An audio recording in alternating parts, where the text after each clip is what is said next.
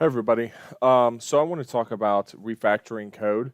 I think that's a really important and interesting topic.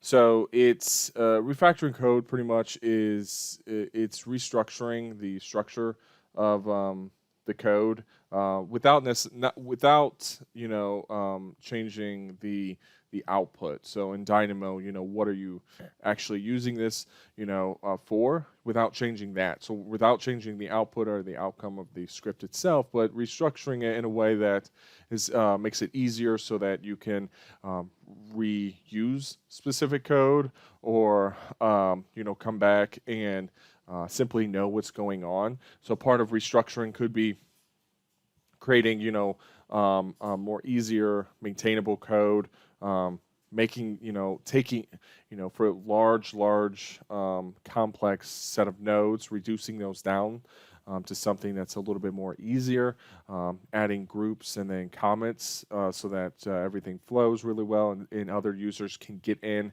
and see exactly what's going on. This script isn't too messy, but you can see there's some things floating around. And I've been testing, little stuff, just plotting stuff out, throwing some things there, and my scripts can get really messy. I do recommend, you could see refactoring kind of slowing you down if you are constantly worried about it. So what I'll do is I'll work through an issue. I'll try to achieve a certain output. After I get that output that I need, I'll go back and restructure it and clean it up, and then move on to the next portion of the script. Same goes for the code.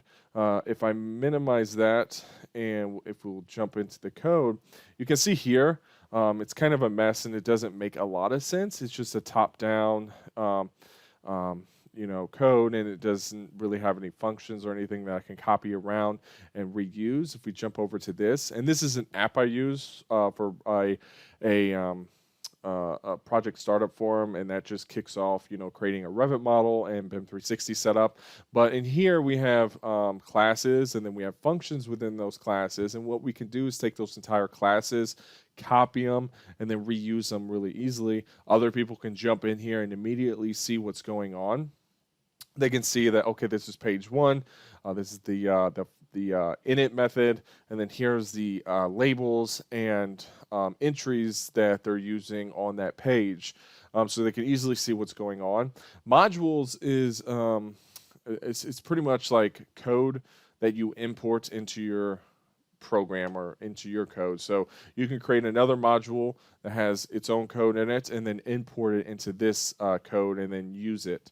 And it's just another way to organize your code so that other people can get in there and use it and update it and work with it. And it's just like, it's organizing your stuff into folders so that people can easily see it. Folders that are correctly named and then have the specific content that is outlined in it.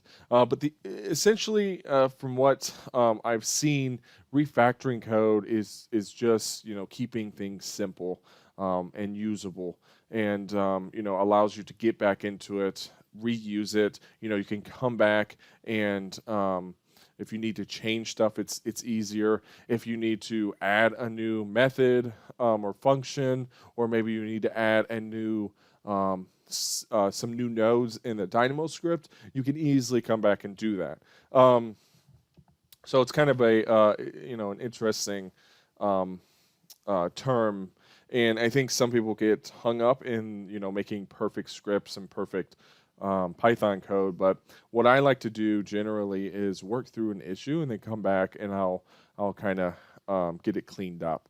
So I'll work through, step by step. I'll work through and come back and clean it up. In the long term, that's really helpful. And by splitting it up as in certain phases or whatever, or certain blocks of code or certain blocks of nodes, or like I want to achieve this, and then I'll move on to the next step. I like to do that and then clean up the code instead of worrying about making it really clean and really usable while I'm still figuring out some of the basic things. So hopefully this helps you out. Let me know if you have any questions. There's some great resources out there. I recommend just Googling refactoring code if you want to learn more. I think it's a really useful term when you're getting into coding. But let me know if you have any questions. Leave a comment below. Also, like and subscribe if you want to see more. And I'll see you in the next one. Thanks, guys.